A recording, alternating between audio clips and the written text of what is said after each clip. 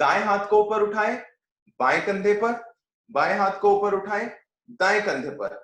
यह अभ्यास हमारे कंधों के लिए, गर्दन के लिए बहुत अच्छा अभ्यास है। सर्वाइकल की समस्या के लिए भी बहुत अच्छा अभ्यास है।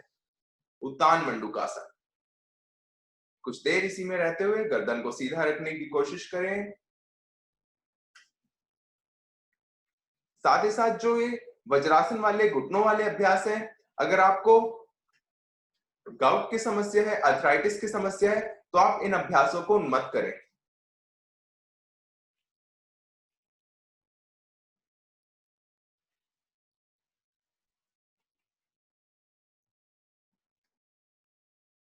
अब धीरे से हाथ को हटा लें।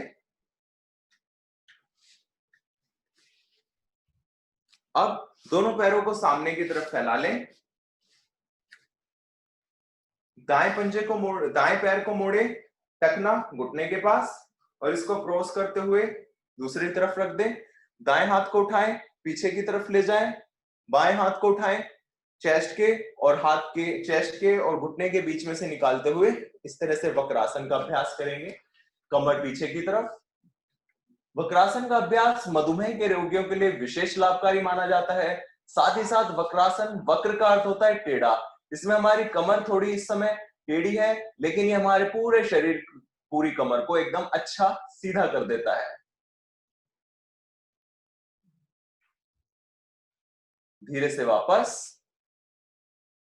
दूसरी तरफ से दूसरे पैर से इसका अभ्यास करेंगे।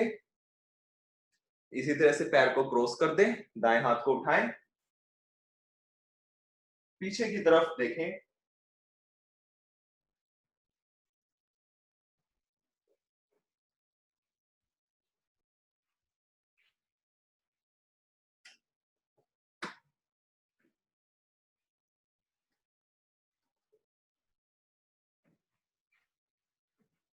धीरे से वापस। अब हम अपने स्थान पर लेट जाएंगे, पेट केवल किए जाने वाले हम आसन करेंगे। मकरासन में विश्राम करेंगे। दाएं हाथ को पहले रखें, बाएं हाथ को उसके ऊपर, फिर अपनी चिन को उसके ऊपर टिका दें और एड़ी अंदर, पंजे बाहर की तरफ, इस तरह से मकरासन की स्थिति में। ये हमारे पूरे लोअर पोर्शन के लिए बहुत अच्छा अभ्यास है। कमर से नीचे के पैरों के लिए बहुत अच्छा अभ्यास है। साथ ही साथ पूरे शरीर की इस समय स्वाभाविक स्थिति है।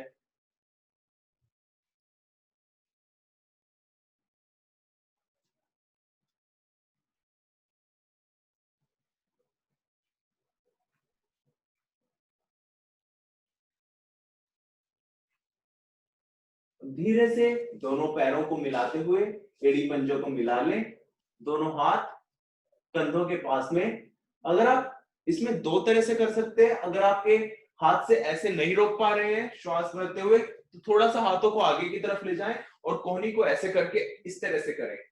और अगर आप कर सकते हैं तो हाथों को पीछे की तरफ रखें, कोहनी को अंदर की तरफ रखें, श्वास भरते हुए उठाएं पेट तक, थोड़ी देर रोकने की कोशिश।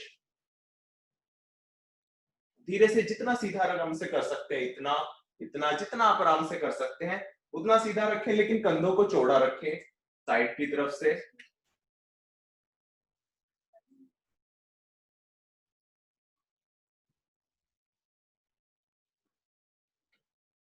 धीरे से श्वास छोड़ते हुए वापस।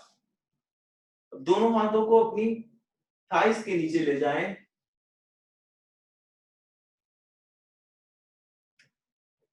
अगला अभ्यास हम करेंगे शल्भासन।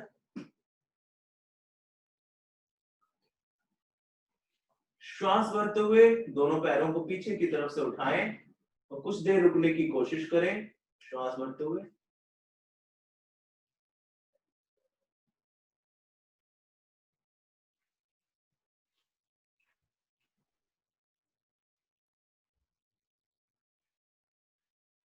इसको हम शल्भासन कहते हैं। ये हमारे पूरे लोअर बैक के लिए और हमारे पैरों के लिए, सियाटिका के लिए बहुत अच्छा अभ्यास है। साथ ही साथ हमारे पैरों और जंघाओं को आकार देने का काम भी ये अभ्यास करता है। धीरे से वापस।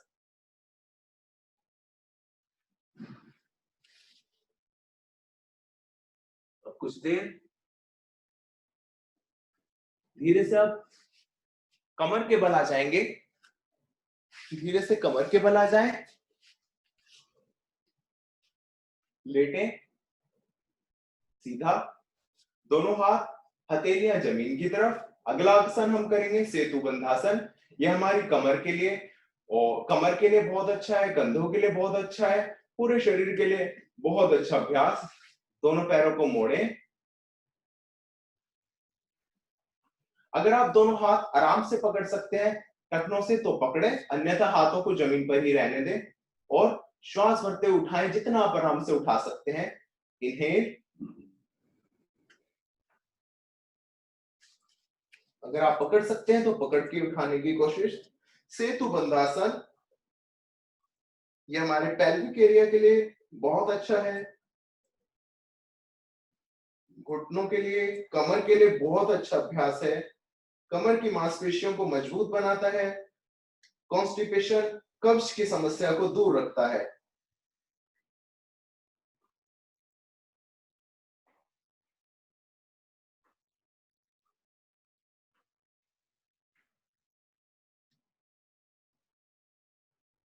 धीरे से वापस यथासंभव इसमें रुकने की कोशिश।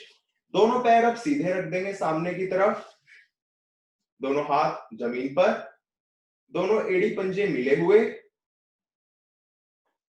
श्वास भरते हुए दोनों पैरों को एक साथ उठाएंगे, उत्तान पादासन, यानी कि पैरों को तानकर उठाना। श्वास भरते हुए दोनों पैरों को उठाएं 30 डिग्री तक। अपनी यथासंभव कुछ देर रुकने की कोशिश करें। अगर आपकी कमर में दर्द है तो आप एक एक पैर के साथ इसका अभ्यास करें, दोनों पैर एक साथ कभी ना उठाएं।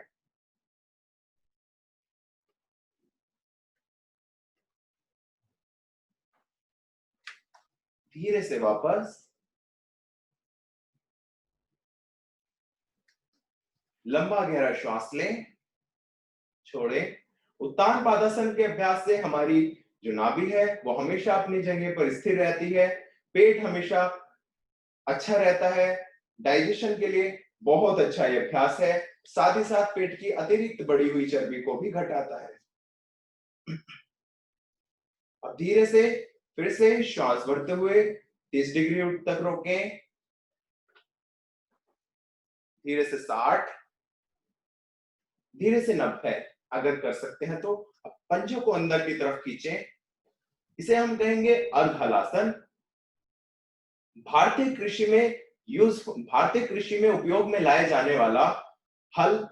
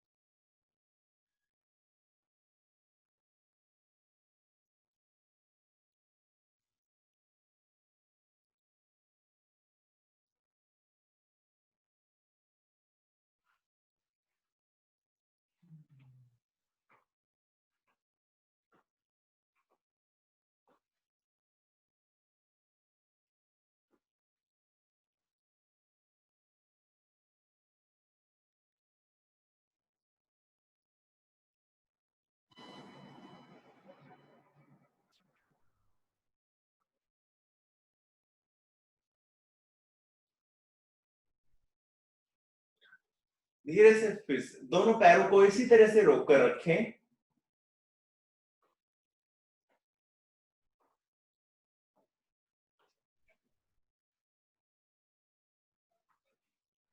धीरे से वापस,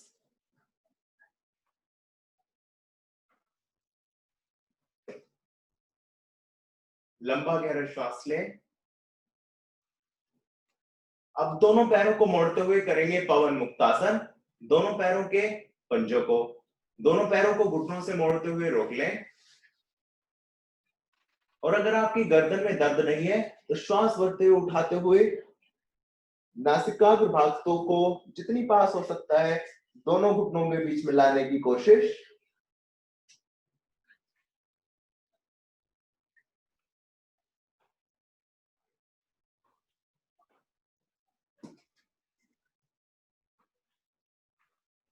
धीरे से वापस। अब कुछ देर शवासन में विश्राम करें, पर दोनों आंखों को बंद कर लें। दोनों हाथों में गैप रखें, दोनों पैरों को गैप रखें। लंबा गहरा श्वास लें, छोड़ें। कुछ देर के लिए पूरा शरीर एकदम ढीला छोड़ दें। सिर्फ आती जाती श्वास को देखने की कोशिश करें।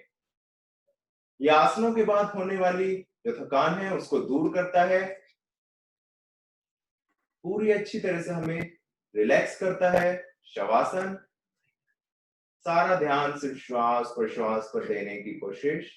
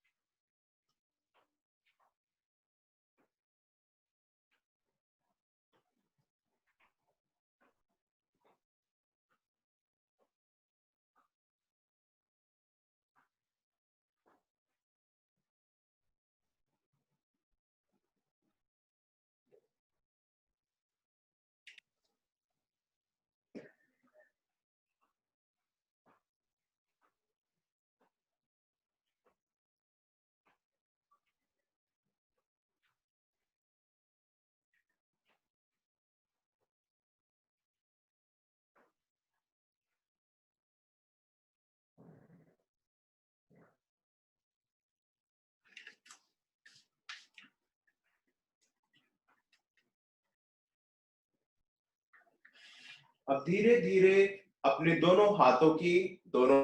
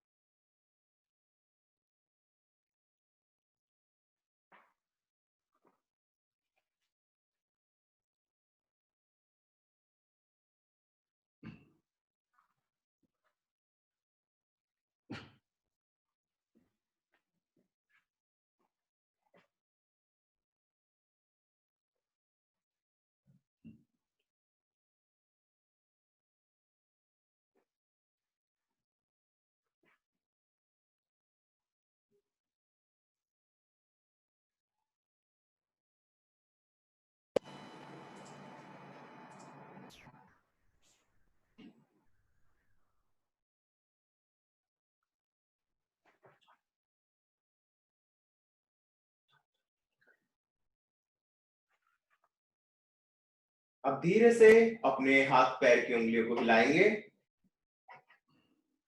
करवट लेते हुए बैठ जाएंगे अपने स्थान पर। उम्मीद है आप सबने बहुत अच्छे से शवासन किया है। तो अब हम करते हैं कपालभाति का अभ्यास। श्वास को बाहर की तरफ छोड़ें, पेट अंदर की तरफ जाएगा।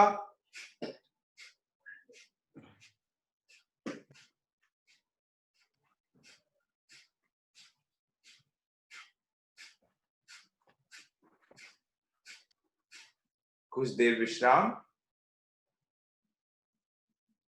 अब दाएं हाथ से प्राणायाम मुद्रा बनाएं, बाईं तरफ से श्वास छोड़ें, बाईं तरफ से श्वास लें और दाईं तरफ से छोड़ें।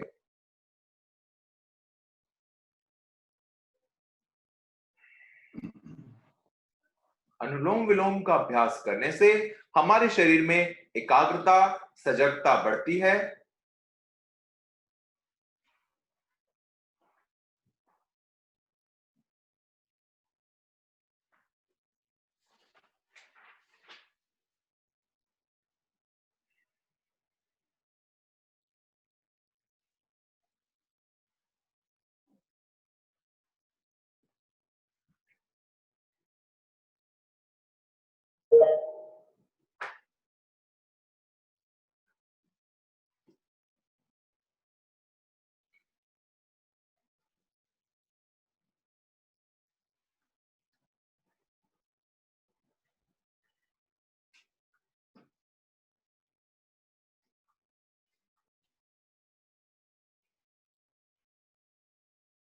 अब हम एक बार करेंगे भ्रामरी प्राणायाम का अभ्यास। भ्रामरी प्राणायाम ध्यान की अवस्था में, एकाग्रता की अवस्था में जाने के लिए बहुत अच्छा अभ्यास है। दोनों कानों को बंद कर लें तर्जनी उंगली के माध्यम से और भंवरे के समान गुंजन की आवाज निकालें।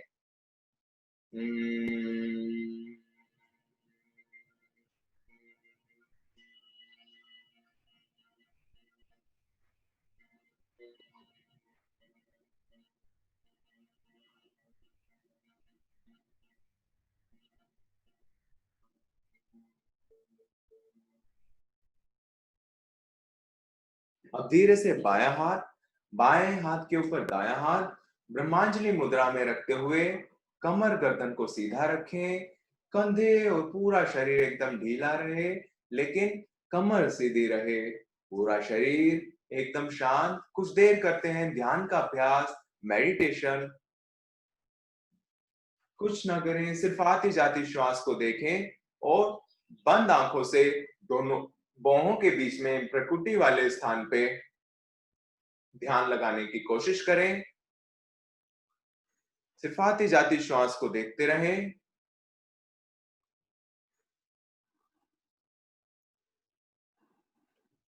ध्यान का अभ्यास करने से तनाव, चिंता, भय, क्रोध जैसे सभी नकारात्मक विचार, सभी नकारात्मक भाव दूर रहते हैं। विचारों में शुद्धता आती है, स्पष्टता आती है। बिल्कुल आराम से अपने स्थान पर बैठे बैठे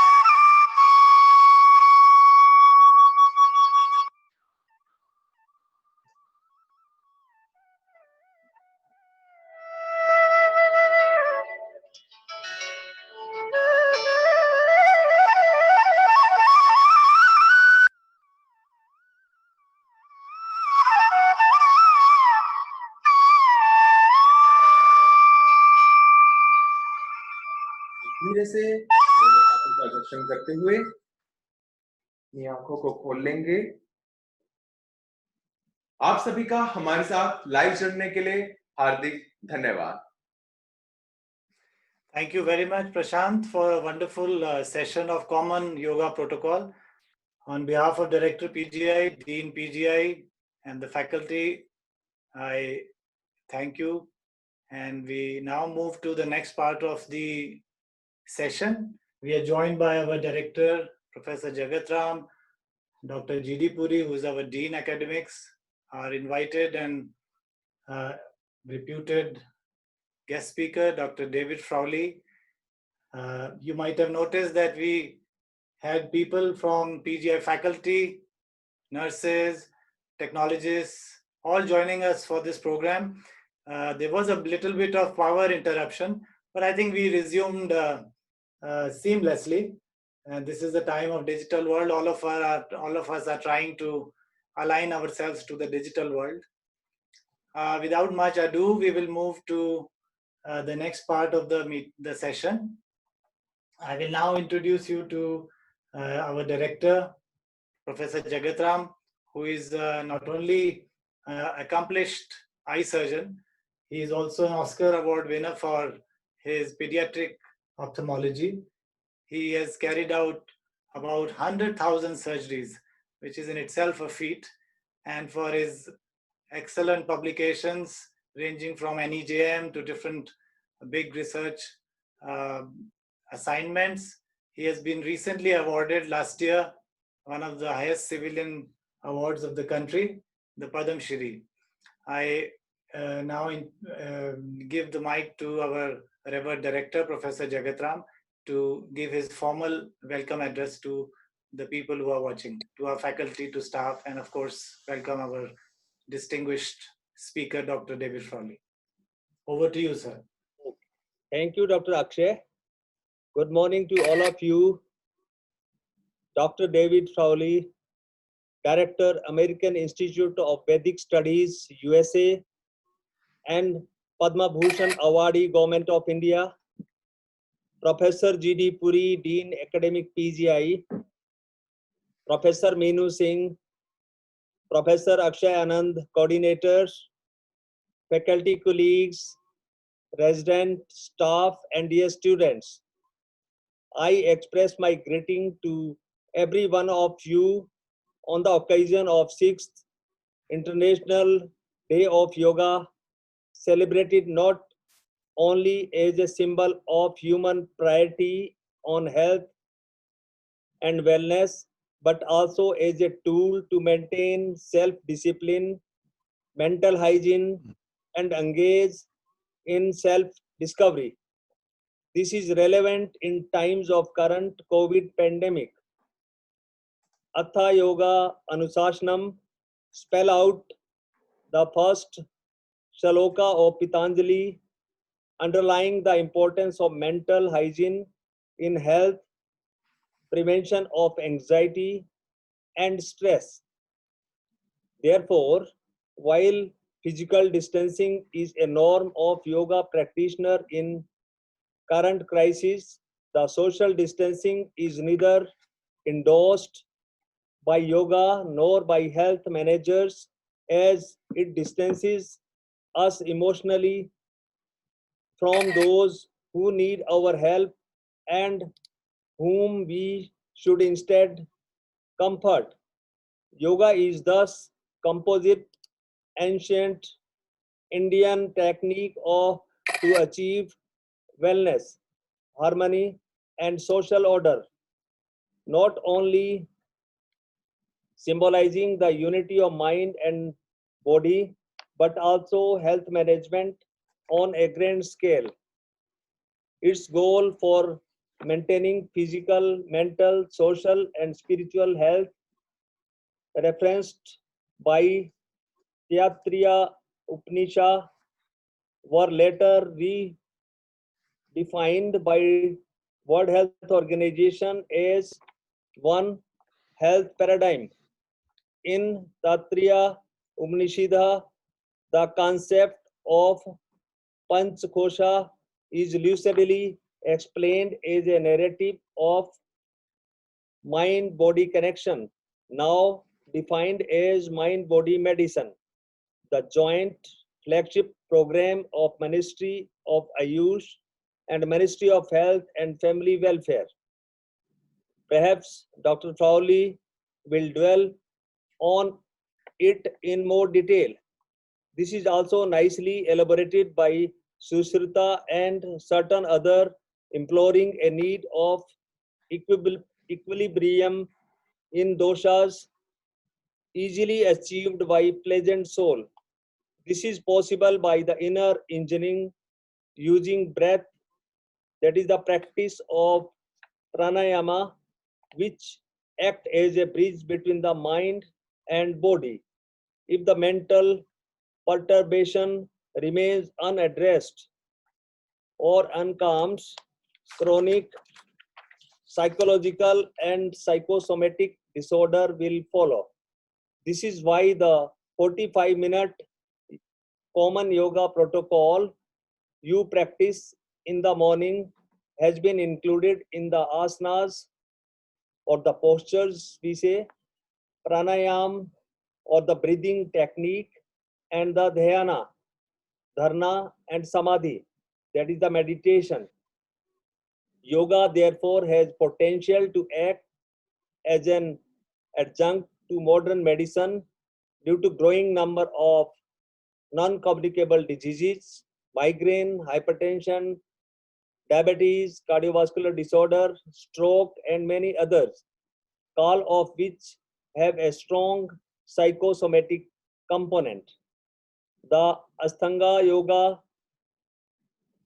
codified by Maharishi Patanjali, effectively encompasses the mortality aspect explained by Yama and Niyamas, as well as physical aspect by hundreds of asana explained in Hatha Yoga Pradipika.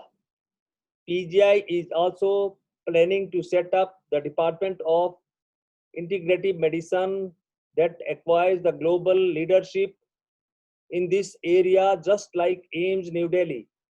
Government of India has promised all the support for the same. We have also signed an MOU with Vyasa, Bangalore, whose Chancellor Dr. H.R. Nagendra visited our institute, and a workshop on yoga was organized last year.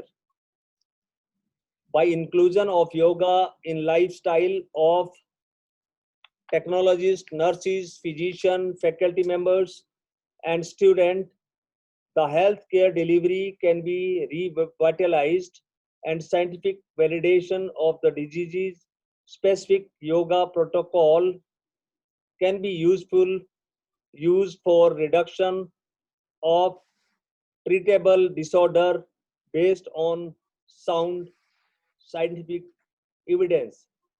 Thank you very much. Thank you very much, Dr. Jagatram, for an excellent and very enlightening and compelling welcome address, and also flagging the importance of integrative medicine. We will now move to the next stage, but before we do that, I would like to just let you know that the people who were practicing with us not only included the faculty and staff of PGI, but also the COVID warriors, people who had recovered from a recent outbreak of the disease, and those who were nursing them. So it was such a pleasure to see them all, and I hope you all saw that with us. Now we will move to our lead speaker. We welcome Dr. David Frawley, who's also called Pandit Vamadev Shastri. That is how that is his new name. He's a Vedic teacher or a Vedacharya and the author of 40 published books on yoga and Ayurveda.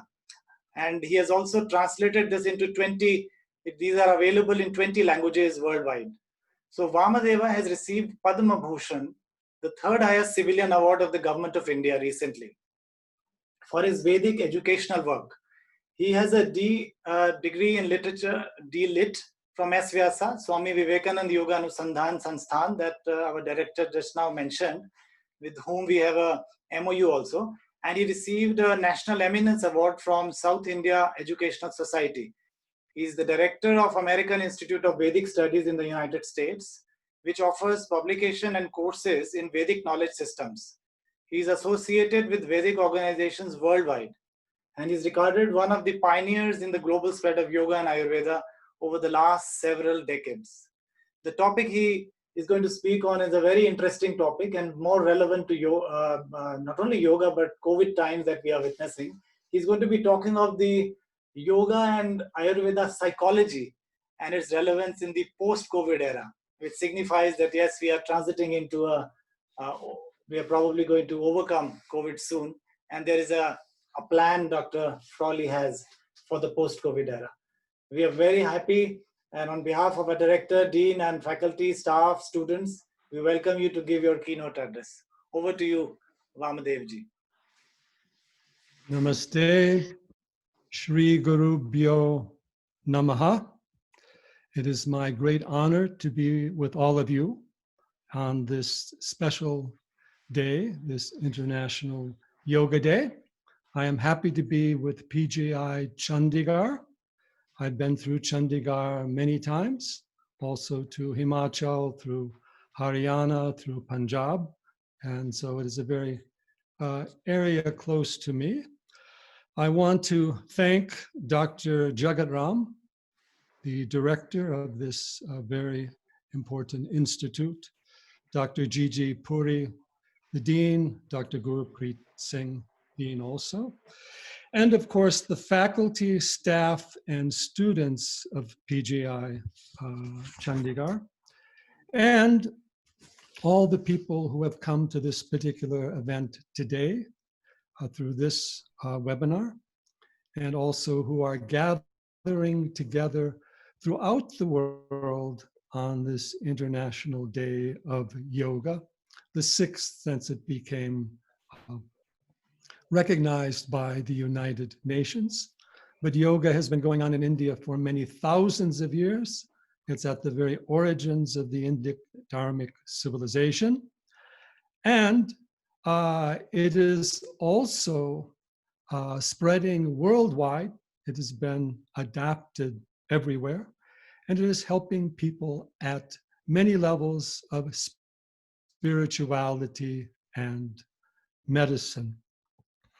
It is also the day coming up of the summer solstice, and we connect yoga with the sun. In the Vedas, the sun is the Purusha, the Atma, the self of all, and also the ultimate source of prana and well-being. So that time of light, light of awareness, light of prana, light of consciousness is with us. So let us draw that into ourselves and into our world as much as possible. Now, we live in a very critical time period. Coronavirus, COVID-19, it has various names. And what we've seen fairly quickly over a short period of time is a single virus invade almost the entire planet, partly through the technology that allows us to travel, moving from airport to airport, partly, who knows, its origin. And what we see is this coronavirus has affected most strongly Western Europe and the Northeastern United States, the most educated, affluent, and the best countries, regions with the best medical systems in the world.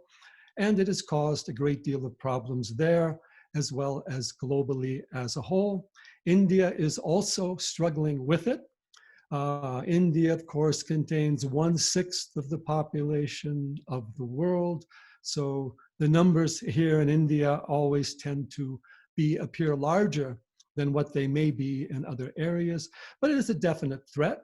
The virus targets those with weak immunity, whether caused by age, pre-existent health conditions, cardiovascular conditions, lung diseases, or those who are repeatedly exposed to the disease.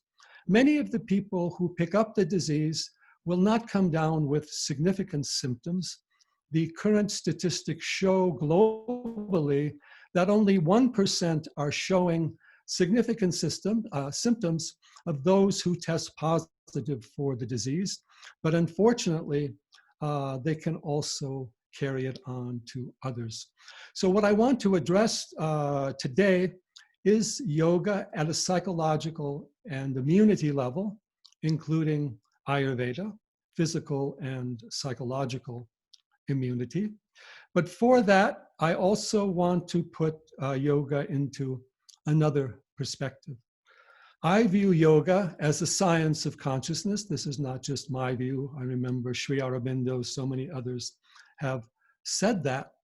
In modern medicine, we have body, brain, you have mind and consciousness. In most of modern medicine, mind is considered to be a function of the brain, and brain is the ultimate source, and consciousness as a function of the mind, function of the brain, and defined largely by brain chemistry, on which, of course, we produce many new pharmaceutical drugs to help maintain the chemical balance in the brain. That is the view of the outer science, but the inner science of yoga teaches us that the body and also the brain, in the guiding force of the body, is an instrument of the mind. The mind has its own connection, but is also separate from the body. And consciousness, meanwhile, is a function, I should say, the mind, meanwhile, is a function of consciousness, an instrument of consciousness. Consciousness transcends body and mind as its instruments, which become the forms of its expression. So what this means is we also have an inner way of working on brain, mind, consciousness, on working on our psychology connected to the yogic spirituality. And here too, Ayurveda comes into play, and Ayurveda teaches us that the body is not just structure and chemistry that we emphasize in the modern medicine. The body is also energy, energy defined by doshas, vata, pitta, kapha, energy defined by prana. The body also contains information through the mind. The body also contains nature's intelligence, which is how all the organs and systems of the body function without our personal interference or attempt to control. And the body also contains consciousness, at least at a subliminal level. So in other words, we have inner ways of working on our brain, mind, consciousness, and on dealing with health and dealing with immunity. Physical immunity is defined by our ability to withstand pathogens, disease-causing factors externally, but even energies, hot and cold, dampness, dryness that can disturb our organic equilibrium. And we also have a psychological immunity, which is our ability to withstand stress, difficulties, obstacles, emotional problems in the external world. Now, this particular COVID virus, of course, is threatening our physical immunity.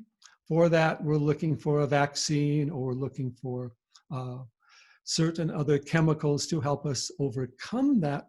But there are also organic means of overcoming that, like we have in Ayurveda, through dietary changes, through certain herbs, through developing or strengthening what we call the ojas, which is the primary vitality behind the 7 tissues that the body is composed of in Ayurvedic thought: the plasma, the blood, the muscle, the fat tissue, the bone, the nerve, the reproductive. There's an inner core of immunity or ojas based upon both congenital factors and also based upon how we live and how we use our energy. And it is the prana that allows that ojas or inner immunity to function. How we have the prana within ourselves, how we connect to the prana in nature, how we can work with the prana through the breath, how the prana carries our body awareness, even in the state of deep sleep. So yoga as a science of consciousness, and with Ayurveda also a science of prana. We recognize that behind all these discrete functions of the body on so many different levels, cellular levels, all the complex nerve reactions and synapses, that there is a deeper level of holistic powers, energies, and forces. What keeps the body together is that there is a unitary prana governing all these outer movements. And behind that unitary prana is a mind, a consciousness, and ultimately a self or inner being, Atma or Purusha. And that prana, though it is connected to the physical life, that prana also is connected to the cosmic life. It is connected to the many lives of the jiva.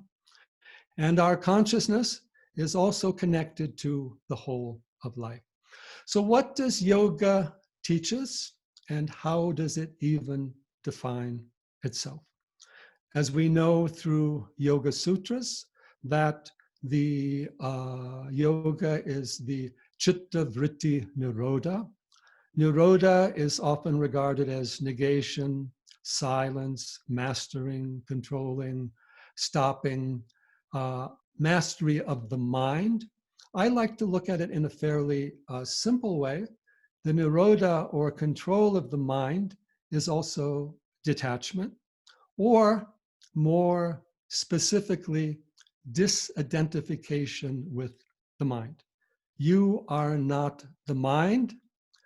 The mind is a function of Prakriti, or the forces of nature. It is your instrument that you are carrying and that you work with in the present birth. And because of that, yoga moves to the other phase, tadadrashtu sarupe avastanam, abiding in the nature of the seer who witnesses the mind. And whoever witnesses something has a certain difference or detachment from it. Viveka, vairagya, discernment between the seer and the seen.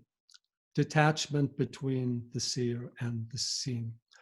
Ordinarily, we are able to detach ourselves from external things that we see through our senses, watching a river flow, watching the clouds in the sky. However, we are not able to detach ourselves from the movement of the mind and the movement of the senses. We get caught in our thoughts, our emotions, even external sensations, particularly things that may affect us at a physical level or may cause us pleasure or pain. So if we go back to that state of the seer or the witness, then we have an inner immunity in consciousness because we are observing the scene. And here the scene being both the body and the mind, and not simply reacting to them, or being carried away by our emotions involved. So this is very important. So what I would like to do is look at the process of yoga and the different limbs of yoga as to how they affect our immunity, particularly at a psychological level. And what we see with the coronavirus, that many people who are not directly or physically affected by the disease are strongly affected psychologically in terms of Ayurveda, Vata dosha disorders, fear, anxiety, insomnia, ungroundedness, disequilibrium, uncertainty, confusion. These are there. Even in terms of Pitta dosha, we see people who are now angry, upset, reacting, sometimes even violently, as you've seen recently in the United States, where people took to looting in a number of the major cities of the country, or even in terms of Kapha dosha, with not only depression, but lethargy, dullness, heaviness, attachment, sorrow. We see that when we have to stay home alone, we have to face our own minds. And many of us have not done that. We're so busy being stimulated outwardly by the senses, we don't know what's going on in our minds. Our minds may be breeding fear, worry, anxiety, anger, so many things, but we brush it aside. We don't look at it. We are entranced in our work, our entertainment, our outer activity at various levels. So the psychological challenge of the COVID virus are also there. They are there, of course, with the disease, when there is a death, when there is someone in the hospital. These also trigger all the psychological mechanisms. Now, Yoga Sutras itself carries an important theory of psychological disease. This is called the Klesha theory, the Pancha Kleshas. And in that, yoga teaches us that the mind is created, or the mind functions out of these 5 disturbing factors that can cause pain and suffering. First is avidya, which people call ignorance, but which actually literally means not knowing. And I like to define it a little bit differently. This ignorance, or avidya, is the limited knowledge that we have through the mind, the senses, and the body. We are, after all, embodied creatures. We have sensory limitations. We have vitality limitations. We only live so long. We are in a realm of limitation. There is much that we don't know, but there's also certain things that we do know. And sometimes we think we know more than we actually do. Today, in the information age, we have tons of information, more information than ever, but we don't actually know more inwardly. We don't have the inner intelligence, the direct awareness, direct understanding to go along with it. So that ignorance causes us to develop egoism or arrogance. We think we know what we do not know, and this results in wrong judgment, what is called prajnaparada in Ayurvedic thought. We take what is good for us to be bad for us, or what is bad for us to be good for us. We get caught up in raga dvesha, or the dualities of the mind. You can see that psychologically as these bipolar instances in the extreme form. But the mind and the emotions are always going to go back and forth: attraction, repulsion, love, hate, like, dislike, going back and forth like a pendulum. The more you swing it to one side, the more it comes back to the other side. And then the mind function through this avidya leads us to the abhinivesha, which is this deep-seated clinging and attachment, and basically getting caught up in all this dualistic currents of the mind, all the strivings of life, all the outer needs. So we are caught in the drama of Maya and samsara, rather than understanding our inner nature. So yoga says that to go beyond sorrow, we have to remove that core avidya and go back from the mind to our deeper awareness or inner self. And here, let us examine the 8 limbs of yoga. We have the yamas and niyamas. And I like to define these as the basic principles and practices of psychological health and well-being, which constitute the universal dharma, or the right way of living. We certainly don't have time to go into all of these, but just simply to address them briefly.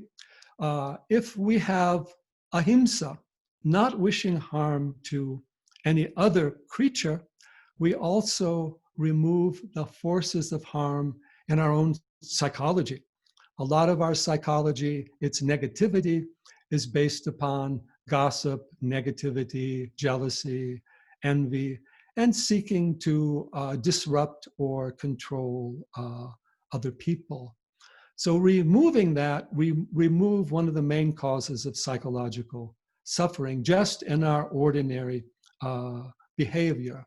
Satya, truthfulness. If we are truthful with others, we will be truthful with ourselves, and we will see the truth and know what is real. And I just also would then mention briefly santosha. If we are content, then we have the psychological equilibrium to deal with negativity. So yamas, niyamas are basic factors of behavioral medicine and psychological well-being. We must develop our lifestyle there. And then when we move into the asana practice, asana is also detachment from the body, relaxation from bodily tension and stress, which is also letting go of the pathogens, and which is also strengthening physical immunity. If the physical body is in a still and quiet, relaxed, interiorized sense, then our inner ojas, our inner stability, the sthiratva within us is going to be more. And we will, as the Yoga Sutra says, then we'll be able to handle the dualities, heat and cold, and disturbances externally. Pranayama. Our immunity is based upon prana, and this is both our physical immunity and also our psychological immunity, because prana and mind are connected, as they say, like the 2 wings of a bird, with the prana as the power of action and the mind as the power of knowledge. They go together. We can, through pranayama, breathe away our mental disturbances, negative emotions, and toxins. We can draw the mind inwardly into the heart, into the core of our being, and connect to our inner divinity.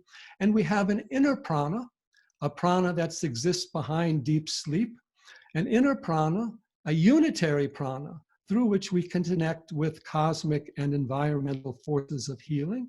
And we must also connect to the prana nature.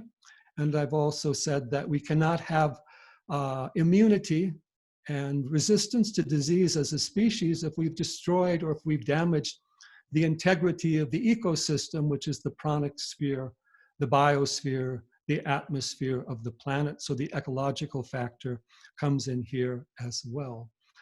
Pratyahara is a key factor of immunity because our immunity psychologically is disrupted by the senses. In Ayurveda, after Prajnaparada, the wrong use of the senses is the main cause of disease.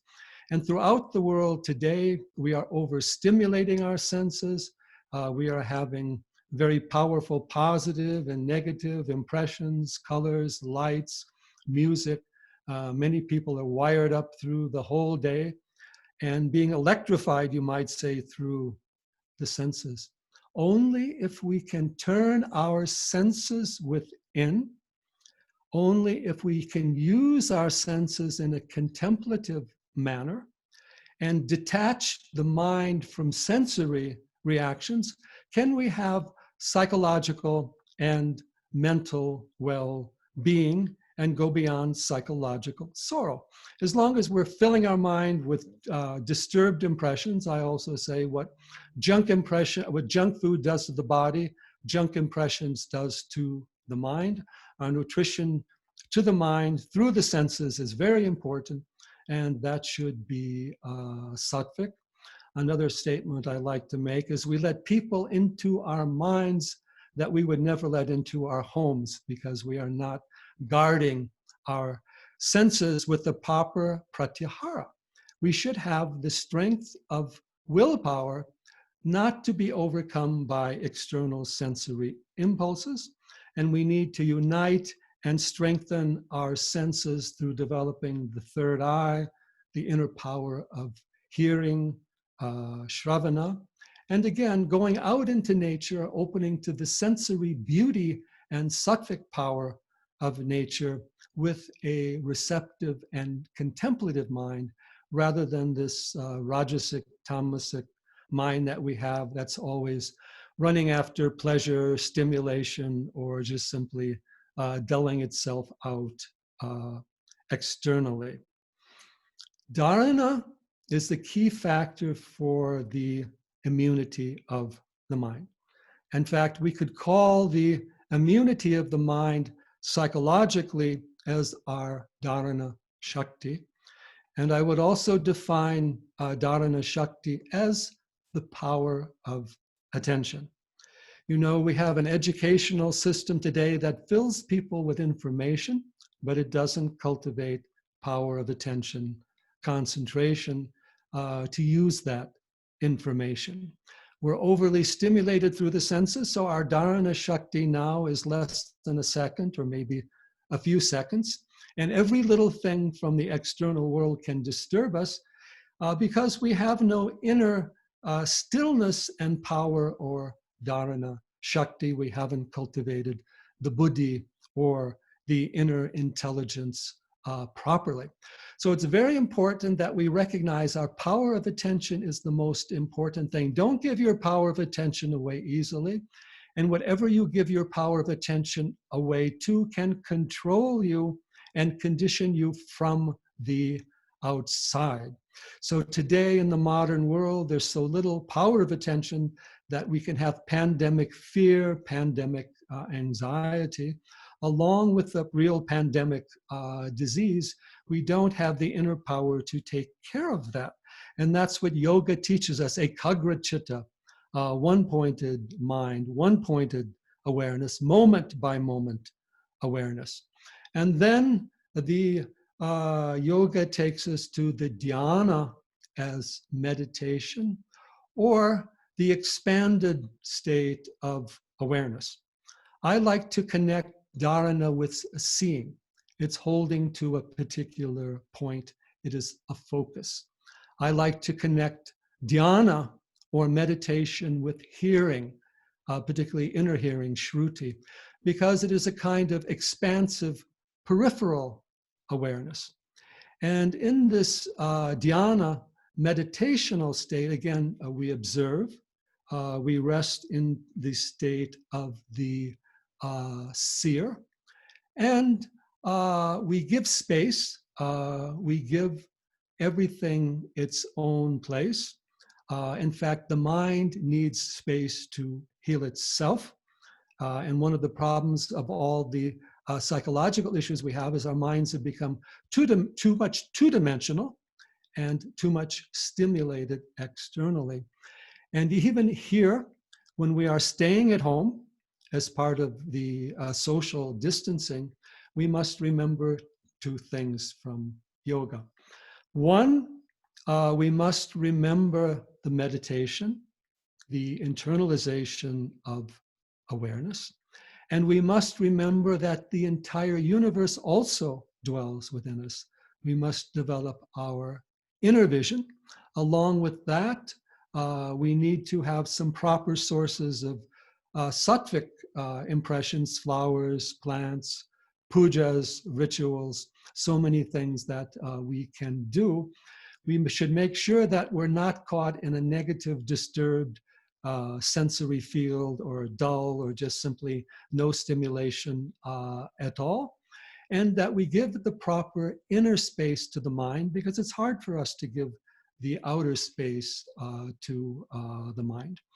Another thing that we are doing is the wearing of the masks in the social distancing, which is very important. But we must remember, from the yogic standpoint, we must compensate that with pranayama during the day as well. Because if we're breathing in our own waste breath, the waste air, the apana vayu, we are then weakening our own immunity in the process. So we need the daily pranayama to counter the disturbances of the limited breathing through the masks. And we need the daily meditation and also pratyahara, dharana, all of that, to counter the limitation of proper sensory, sattvic sensory influences that we have coming in to us. Along with that, Ayurveda teaches us about right cooking, right food, sattvic meals, food to reduce your particular dosha, certain herbs for body and mind to strengthen immunity, Brahma Rasayana, or even ashwagandha, or even Brahmi. There's so many things the Ayurvedic doctors can tell you. Ayurvedic massages, the use of oils externally. Our immunity is also connected to the skin, and we need to have a thick skin to deal with the world at both psychological and physical levels. And we must continue to live in harmony with nature, with our doshic constitution, develop sattva guna, honor the body and mind as our temple, in which our inner being, our true self, or our divine essence can manifest. And ultimately, to strengthen our immunity, we must be connected to the Paramatma within, Ishvara. There is a universal force. That universal consciousness dwells within us. We are connected to the whole of life and the whole of nature. We must have that fearlessness. Our inner being can overcome anything. Body and mind have their limitations, but even death and sorrow we can transcend. And we must remember to help others. When we bring in the motivation to serve, to care, the seva, that also brings us a greater energy from the universe as a whole. So let us take this pandemic as an opportunity to improve our health and immunity, our psychological immunity, well-being, and take us beyond our emotional and even intellectual limitations, awakening a deeper spirituality. And we need to return to yoga as a science of consciousness and prana, so that we can deal with our artificial information technology era. And we can work with that technology as an instrument. It has wonderful potentials for us, but we must also honor our organic nature, our doshic prakriti, our mental prakriti, our inner being, self atma. We must also honor nature, para brahma. We must have our ecological responsibility, as well as our responsibility for all creatures and all human beings. So let us use this challenge for a new cultural, civilizational, medical, and spiritual paradigm, unity in yoga, integration through yoga, healing through Ayurveda, so that we can use this to move into a new planetary era of greater well-being for all. For that, we need work, sacrifice, efforts. We see so many people doing such wonderful work. Your organization is also involved in that. And whether it's COVID warriors, whether it's all the people helping, the doctors, the nurses, just the well wishes of the family, we have to honor all these energies, give them our prayers, our mantras, our contemplation. And through this crisis, we can grow in awareness, consciousness for all humanity and create a better science, technology, and overall way of life that benefits everyone and that reconnects us once more with the universal Dharma, which is there is only one self in all beings. Shri Gurubhyo Namaha Hari Om Tat Sat. With these words, I will close my talk. I again thank CGI Chandigarh for inviting me on this very wonderful and important day and for this very crucial topic. But we can master the body, the mind, and the outer world if we all work together inwardly and outwardly and affirm our common yogic heritage and way of life. Hari Om. Thank you. Thank you very much, Dr. David Frawley, for an exciting and compelling discussion on the Patanjali Sutras. You simplified them so nicely, all the way from Yama Niyama to inward-looking mind called the Pratyahara. And the beauty was that you defined the energy into doshas and pranas, which is very, very interesting. That was a very calming, very smooth, seamless, and very inspiring talk. Thanks a lot for sparing the time. I will now move to the next stage of our session. And not before I thank on behalf of all of us to Professor Meenu Singh for organizing this telemedicine's facilities to make this digital interaction a possibility for our faculty, staff, and students, and also all the other viewers and COVID warriors who are watching us in India and outside India as well. We are now joined by one of our very academic dean. It is Professor G.D. Puri. He's a professor of anesthesia and intensive care. You can easily spot him by looking at a beautiful place he's positioned himself. And the backdrop, you can see the waters. He's one of the very academic and research-oriented professor. And I say this because he's among probably the only ones who discovered and conceptualized the first practical closed-loop anesthesia delivery system, the CLADS. This is the first one and was also patented. And he's in charge of the COVID block in our Premier Institute, looking after the patients who are coming and being discharged with us. He's also the Academy member, fellow of the National Academy of Medical Sciences, and the prestigious fellow of Pulmonary Vascular Research Institute, London. He has numerous publications to himself, besides the patent that I just mentioned. He also popularized the perioperative use of TEE and established first of its training program in the young cardiac anesthesia. So over to Dr. Puri. I invite you to please give your concluding remarks. Namaskar. I thank Padma Bhushan Vamadeva, Dr. Frawley, for an enlightening talk on the subject of yoga and Ayurveda psychology and its essence on the 6th International Day of Yoga. Thank you very much, sir, for sparing your time and to be us and our faculty and residents to give the thoughts about how the yoga, which is an ancient science, well proven with the evidence, how it can improve the immunity in this time when we need to build immunity for the people to fight this pandemic. You very beautifully conceptualized the mind and as a factory, biochemical factory, and how to balance this factory so that it does not produce harmful chemicals and is used. Useful chemicals can be used for overall improvement of the various bodily functions, including immunity of the body. How to counter the negativity and to stay with the good ecosystem.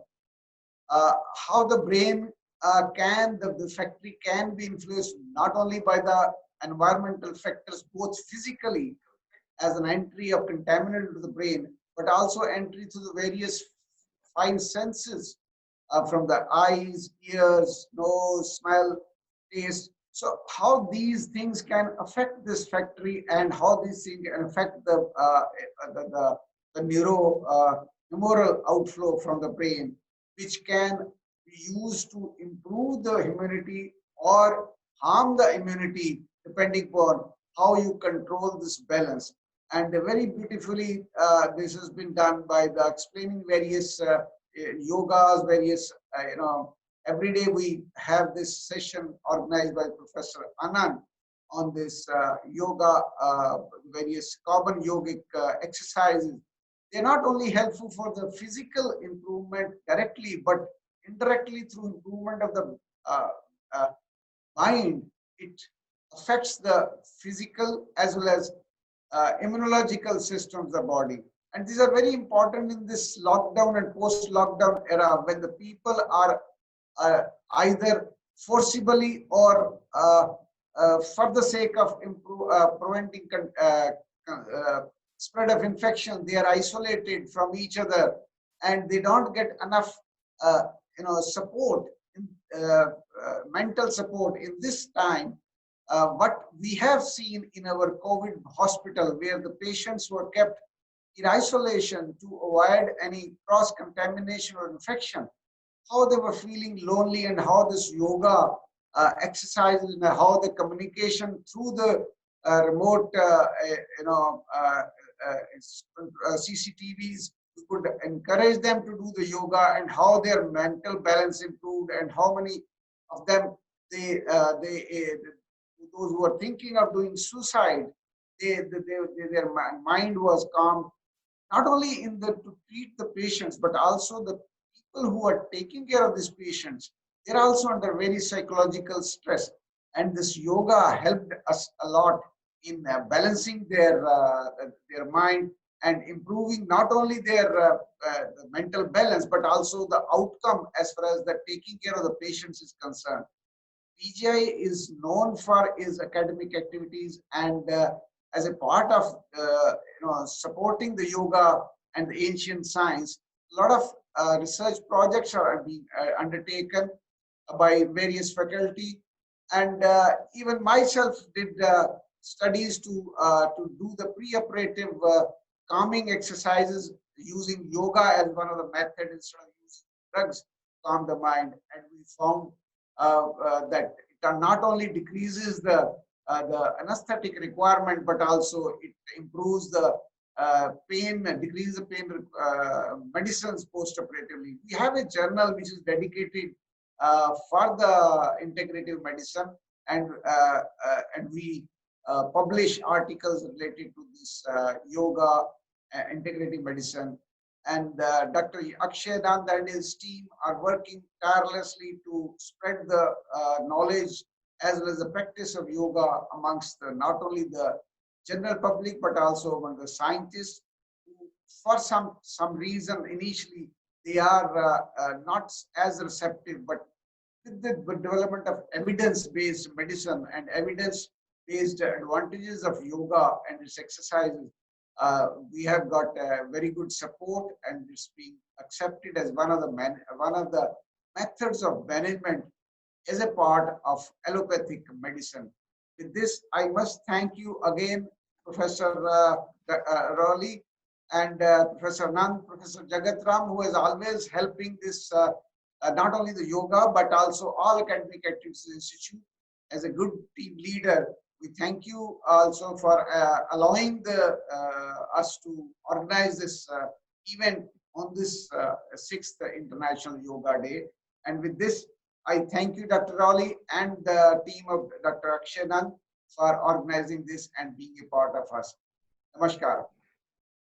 Namaskar. Thank you. Thank you, Professor Puri, for very nice concluding remarks. So we're going to come to a close of the International Day of Yoga celebrations for 2020, which was purely digital. I thank all the three leaders in their fields, Dr. Frawley, our Revered Director, Dr. Jagatram, and Dr. G.D. Puri, and thanking Dr. Meenu Singh for providing us the facilities. We hope to reconnect again on the International Day of Yoga again with more Ayurveda and yoga psychology ingrained into our activities, as very lucidly pointed out by Dr. Frawley. Thank you very much. Namaskar from all of us from PGI.